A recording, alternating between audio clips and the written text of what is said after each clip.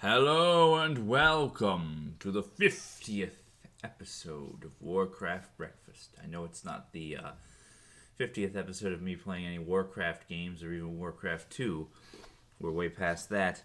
However, this is the 50th episode officially of Warcraft Breakfast. And as a special treat, and as part of something I wanted to do from the beginning, we're going to take a little look at the lore and history of Warcraft through the eyes of the Blizzard Entertainment strategy manual that came with the games, starting with Warcraft 1. Let me know in the comments or other sources of contacting me, my Twitter, HolidayCheer303 on Twitter, that, and any other way of contacting me, really, that if you like this, if you want to see more of this, if you hate this, if you don't want to see any more of it, if you wanted rather see the game than me talking about the lore, we're going to delve right in.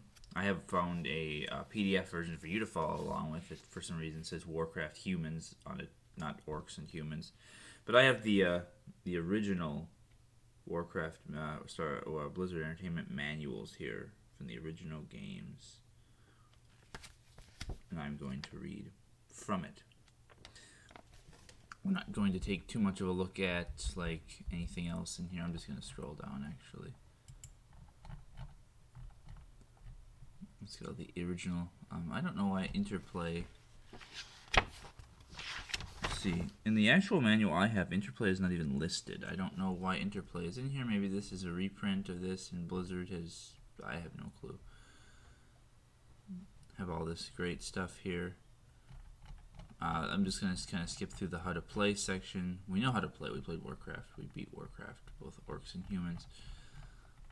There might be some funny stuff in here, but we're more interested in the actual lore. The Chronicles of the War in Azeroth. A treatise of the events leading to the war between mankind and the Orcish hordes as related by Sir Lothar, Knight of the Realm. Please sit back, get cozy with me, and enjoy the lore of Warcraft while I eat my cookies and cream Pop-Tarts and the AMSR sounds of my eating. Feel free to follow along, and I will begin. I am Sir Lothar, armsman to the Brotherhood of the Horse, and a warrior in the King's service, the Brotherhood of the Horse.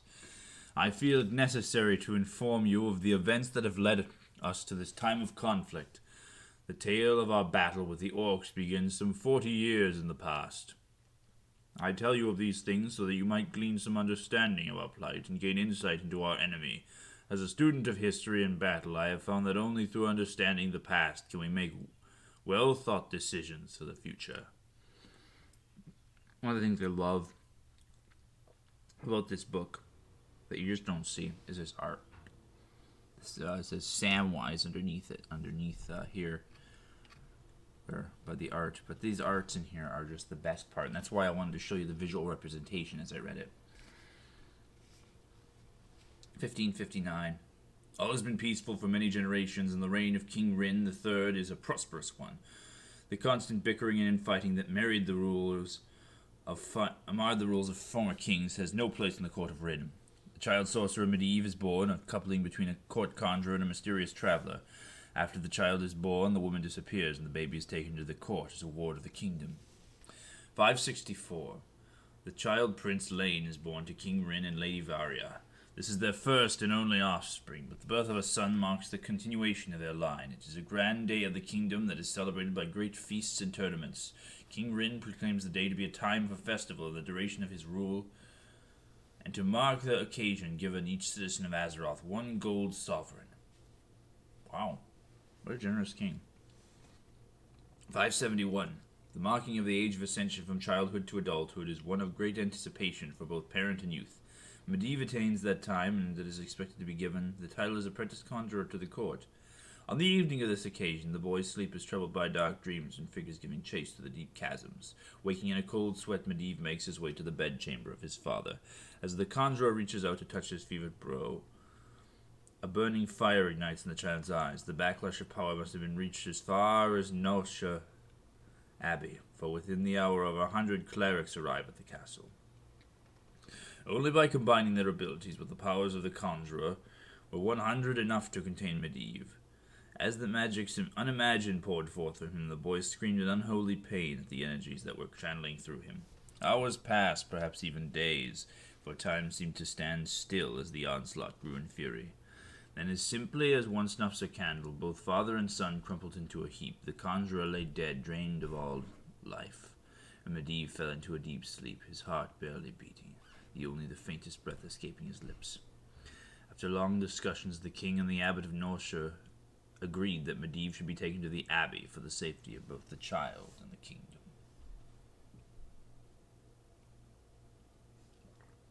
.577. Oh, we're on the next page, actually. Let me do that. There's this really cool picture of a wizard. I think it's supposed to be Medivh. Lane reaches his age of ascension, and the full station of Prince of Azeroth is bestowed upon him. At this ceremony, tens of thousands of devoted subjects came to offer their wishes of support and long life. During the evening feast with family and those close to the crown, a cold wind began to chill the air, a gentle breeze at first, and it grew in intensity until the doors to the great hall were blown off their hinges.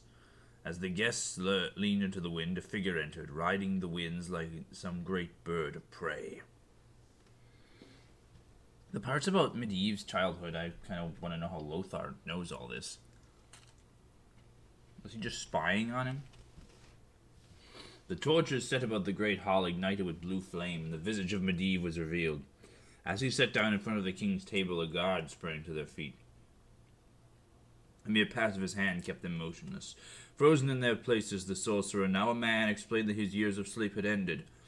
The years of constant tending from the clerics of Nosha Abbey enabled him to gain control over his powers.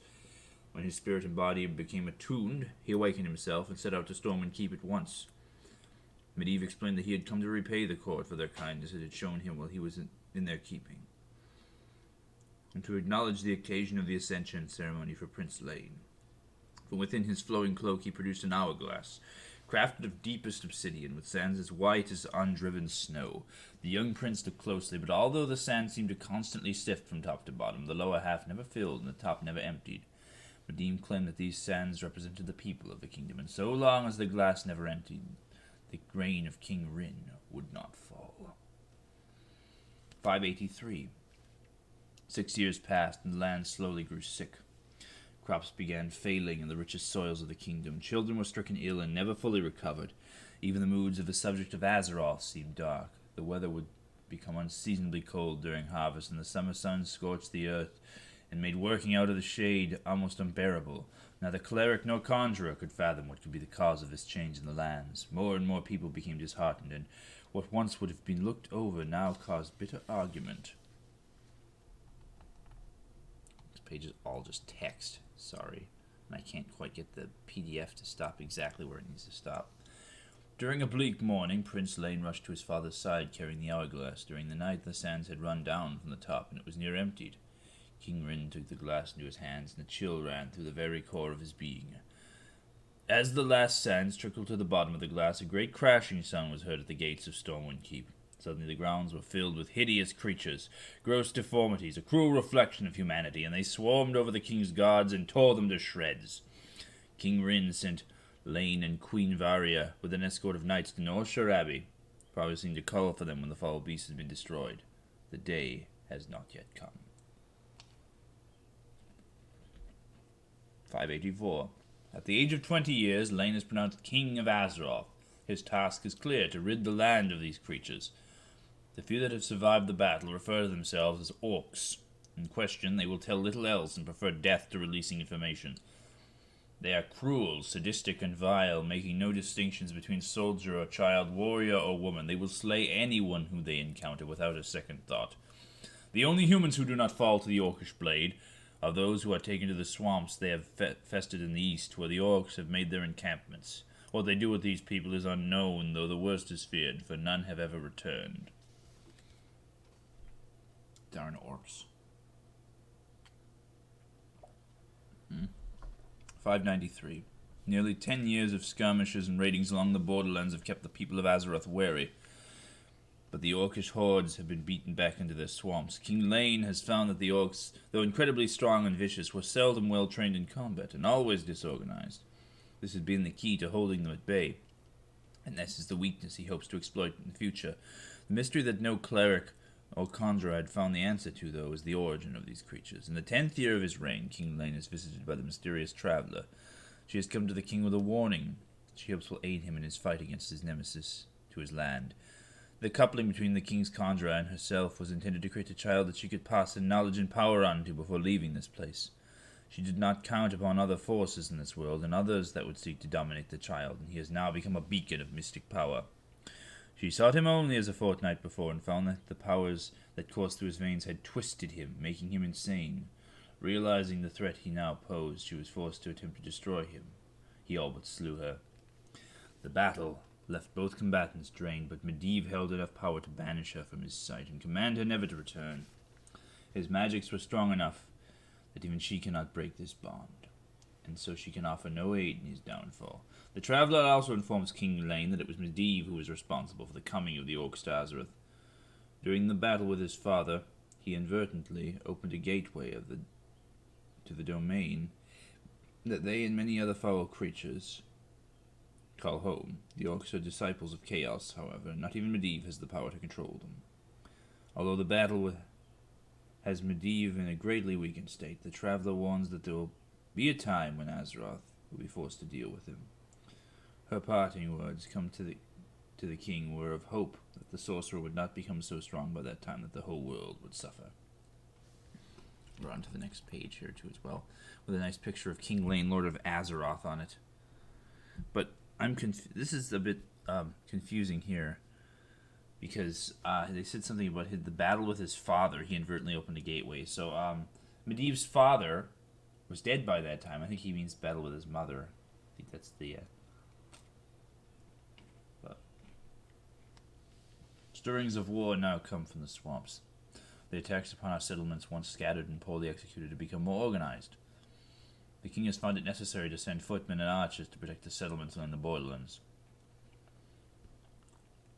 Rumors of the rising of a great Orcish war chief have been heard throughout the land, and he is heard to be a harsh leader who has gathered the feuding orcs under one banner. King Lane's scouts and the spies have found him to be as cunning as he is bloodthirsty. The foul creature's name is Blackhand, and his control of the Orcish hordes could spell doom for Azeroth. The king has ordered me to seek out new recruits to train in their rudiments of combat, for the time has come to call upon the people of Azeroth and prepare the kingdom for war. And that's it. That's the story of humans. And there's this nice little unit descriptions. I just love the arts here. There's arts for every single guy, and they have this gore on the footman blades. We're gonna do a couple of videos. We're gonna do this whole video of all the Warcraft lore. I will read the destiny of the Orcish hordes also, but we're gonna go briefly through this. I'm not gonna read these. If you want me to come back and read these, I'm more than happy to do that. Peasant, footman, archer. Look at that. These guys. Remember these guys? Moo.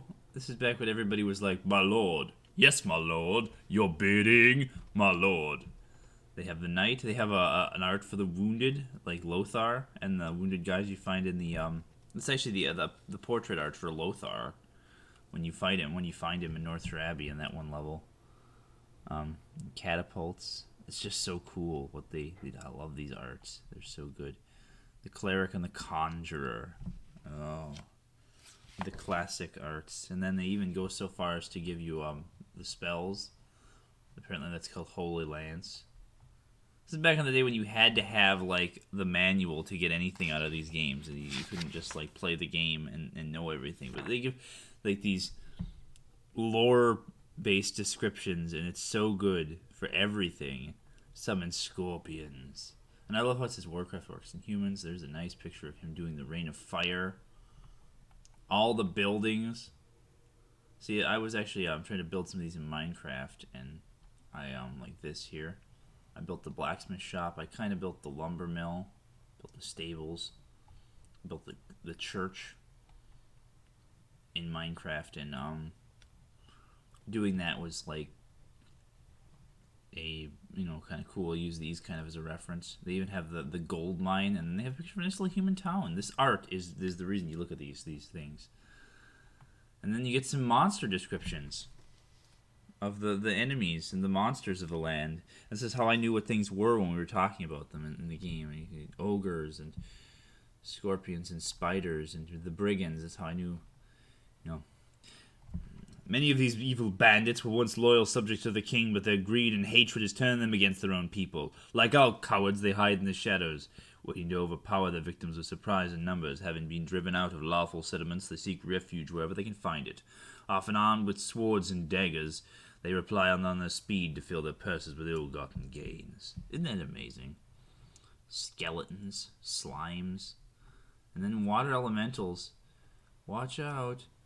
I'm not going to hold on this very long. They're naked. Kind of, not really. It's just fantasy art.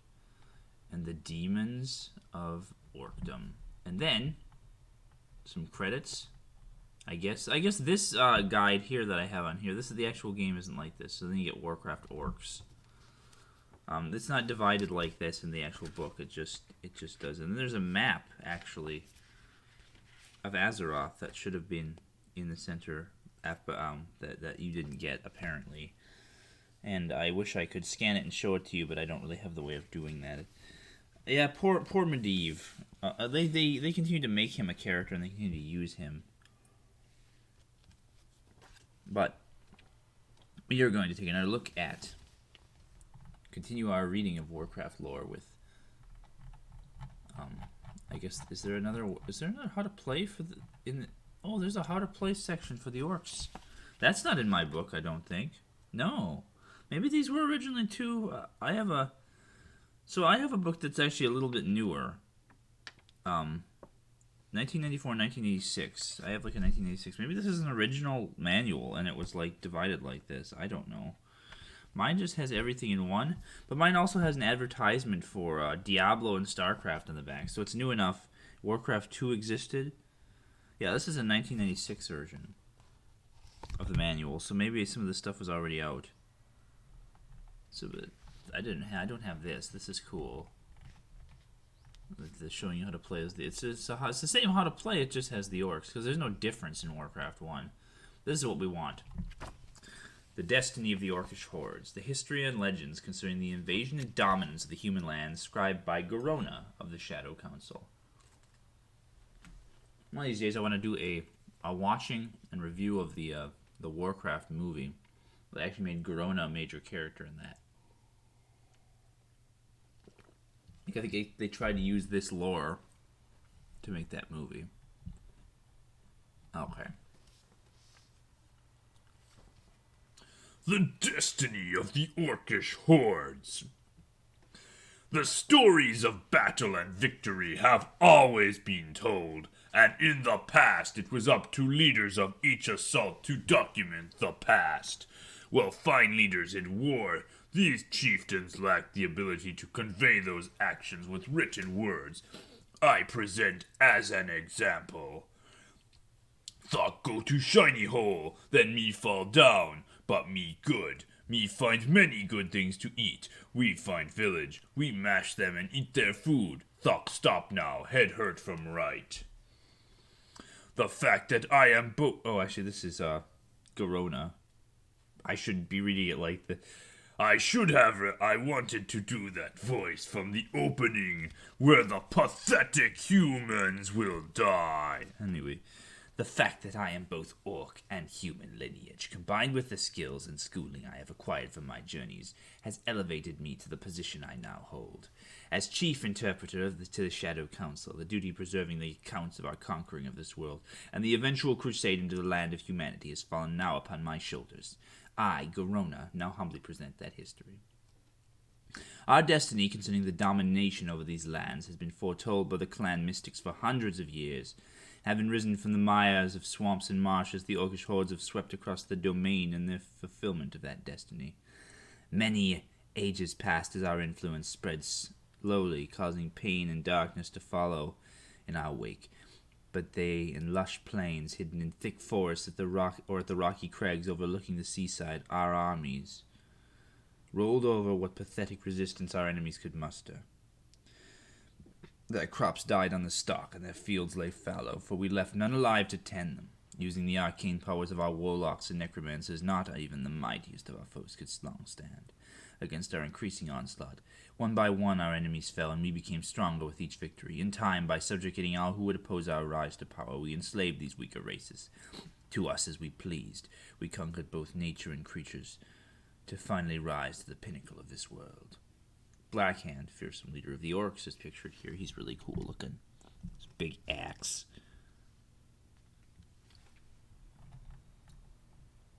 Still, we craved more, and the decades of constant bickering between the clans served to divide our race amongst itself.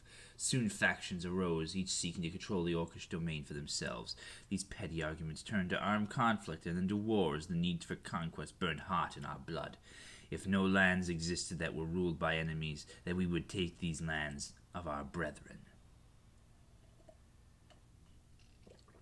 The only clan to ignore these plays for power were the warlocks. Secluded in their towers, they saw the danger that was present. Although it pleased the necromancers that the battle fed the earth and the underworld with rivers of blood, the warlocks feared that no orc would be left alive. This would serve to upset the delicate balance that allowed them to control the powers that they held in check and called upon to work their magics. In this balance, or to be maintained, the orcish hordes would need to be supplied with new battles against a common foe. It was during a period of research that the small tear in the dimensional fabric was noticed. Many years passing as the warlock sought to unlock the mysteries of this tiny rift, the undertaking of numerous trials and tests led to the conclusion that this phenomenon could serve as a portal to another dimension, if it could be controlled. The Orcish warlocks began experimentation towards focusing the rift, gradually making it larger and more stable. Eventually, they were able to create a small portal just large enough for one of their clan to pass through.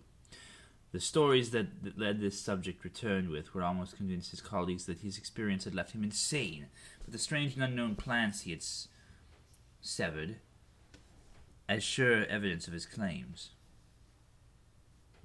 This allowed the sect to approach the strongest leaders of the splintered orc clans and request that they cease their war for 1 year. At the end of this time, they promised the clans the chance to accomplish the taking of a new world.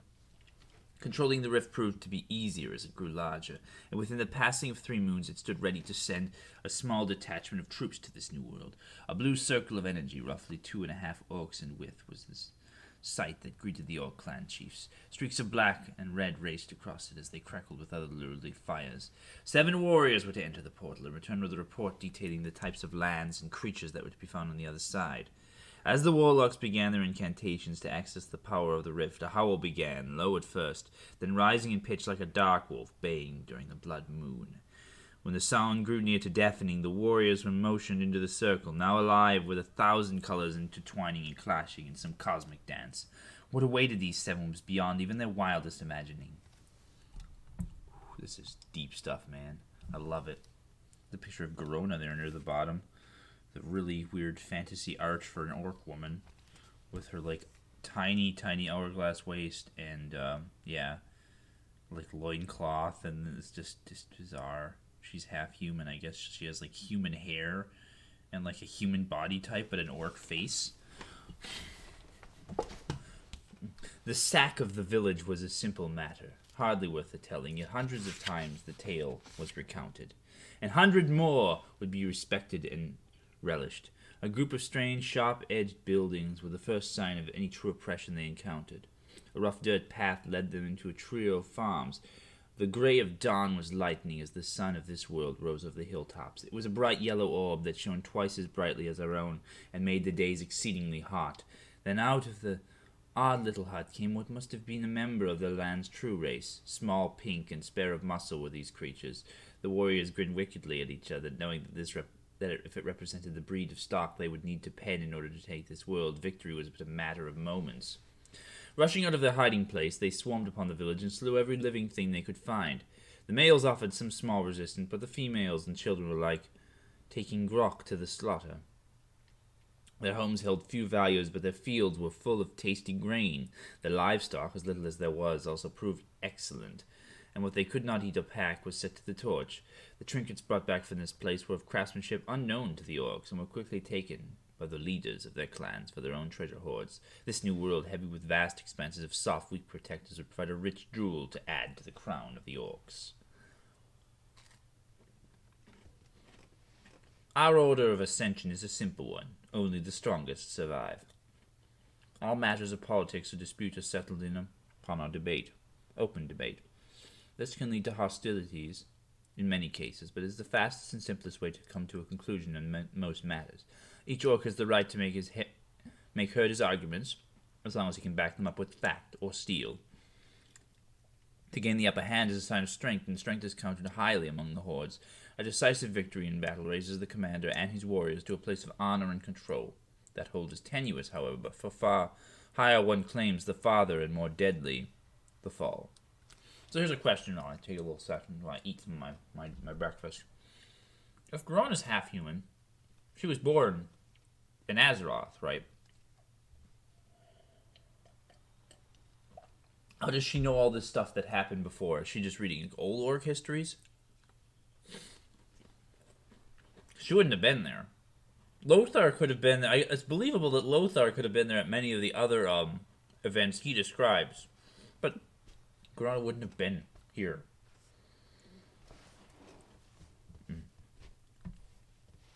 By this time we had learned much of this new domain, and those who dwelled here, while difficult to understand in many ways, they prove similar to us in many ways. A sharp blow to the head resulted in death. Lack of food led to starvation. Pain also affected them in the same way it had all our enemies, and proved to be an effective means of extracting information. Not as much cool art here. Just Garona and Black Hand. To learn that the name of this place was Azeroth and the inhabitants were called humans was among the first bits of information we gathered.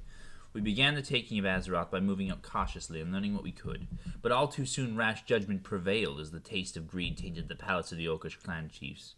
After many arguments ensued, it was decreed that an assault upon the tall castle in the north would serve to crush our enemies and place the Orcs upon the throne of power. More and more warriors were brought through the rift, and with them seemed to come the essence of our world. The warlocks claimed it was some effect of the portal, but the lands about our entry soon became as desolate as those of our home.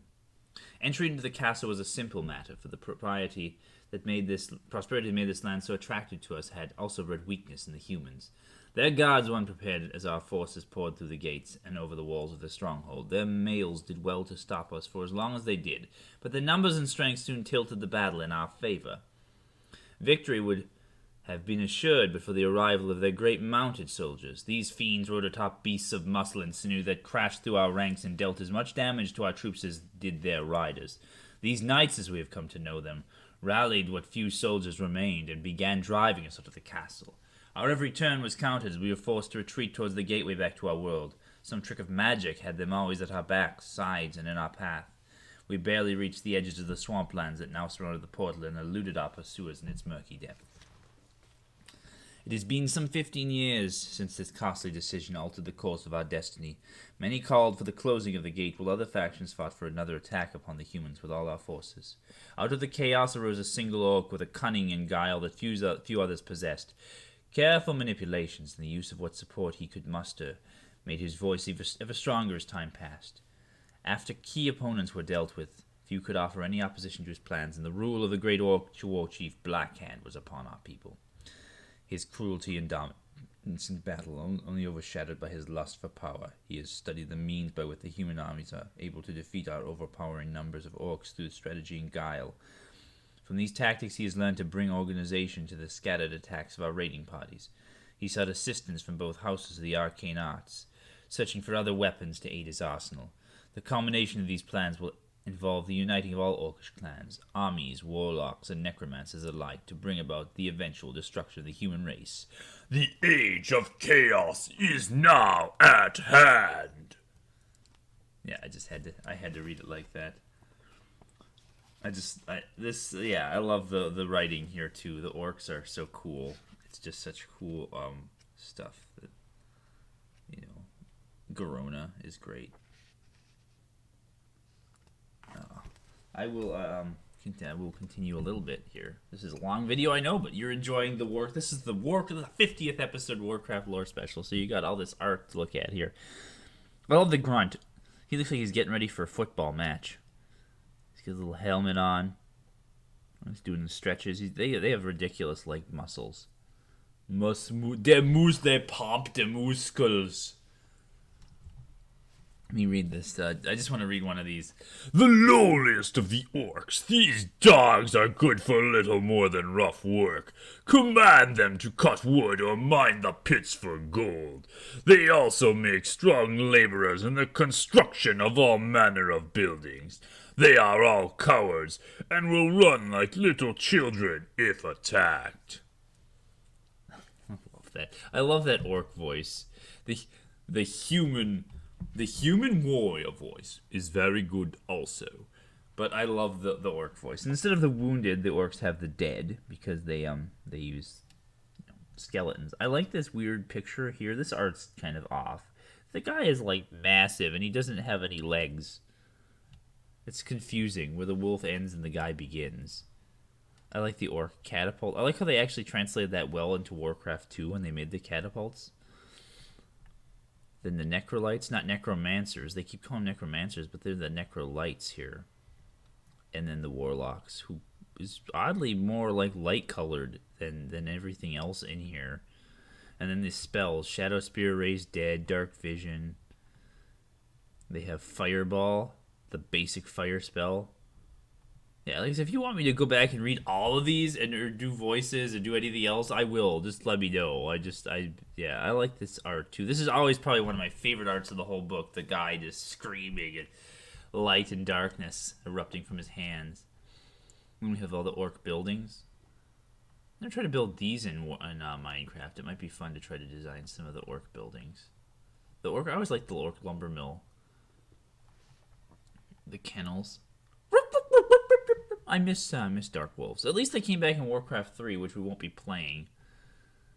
The gold mine. And the creatures of the land. This is at the end of the book, and this really cool troll art. I love this art.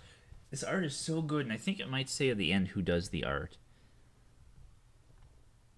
Ogres. So this is like the humans, or the orcs definition. You had this all in the human section, but now you have like the orc definition, and I love some of this gives you some insight, like the ogres here. The ogres came through the portal that brought orcs to this land. Their blood hatred of the orcs remains second only to their hatred of humans. They are a vicious opponent with the strength to rip off a warrior's limb should they so choose. The ogres favor huge spiked clubs that they use to bash the skulls of their enemies and to bring down the large prey they hunt. Ogres favor the lands not frequented by the orcs and are seldom seen near the encampments. I like how he's just got a horse. A whole horse. Good old Samwise. That's the name of the person who did the art. Because his title's on some of these. Duh, I knew that. Brigand. See, this is different than the human brigand description. It's like an orc description of them. They're not good like necrolite skeletons. They try to catch you and stick their fingers in your eyes and brain. I like that quote that's there, just to differentiate the skeletons that the necrolites make of the skeletons that you find in the wild. Same art for the elementals. Me think Warlock clan make these and let them get away, 'cause fire not listen to nobody. Nice demon art here. Looks like the cyber demon a little bit. If you kill the demon, shoot it until it dies. Good luck with that. These are horrible. And here's the credits. Bill Roper. Yeah. Bill Roper, I guess the producer, is also the guy who did the voices. Interesting.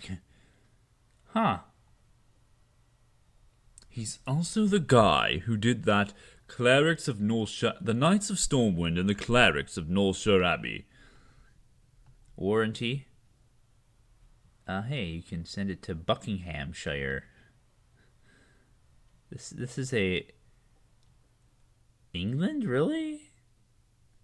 Huh. I didn't know that. That's really interesting. Is that in my book? No, I don't have the warranty. That's really weird. Mine ends at like a notice. Where Blizzard Entertainment reserves the right to make improvements in the product described in this manual at any time without notice. That sounds about right.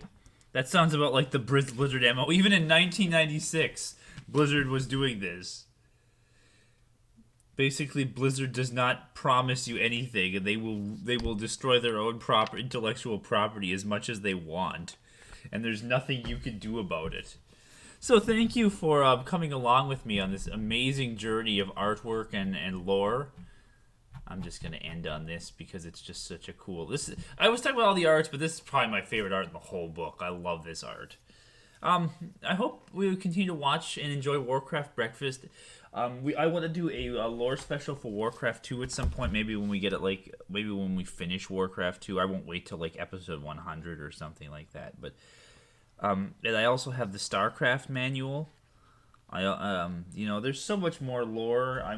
There's a lot of lore buried in World of Warcraft that we could talk about that I have access to that we could talk, go in and learn about. I really hope that you will continue to enjoy Warcraft Breakfast and to have for ages to come. We'll see you next time.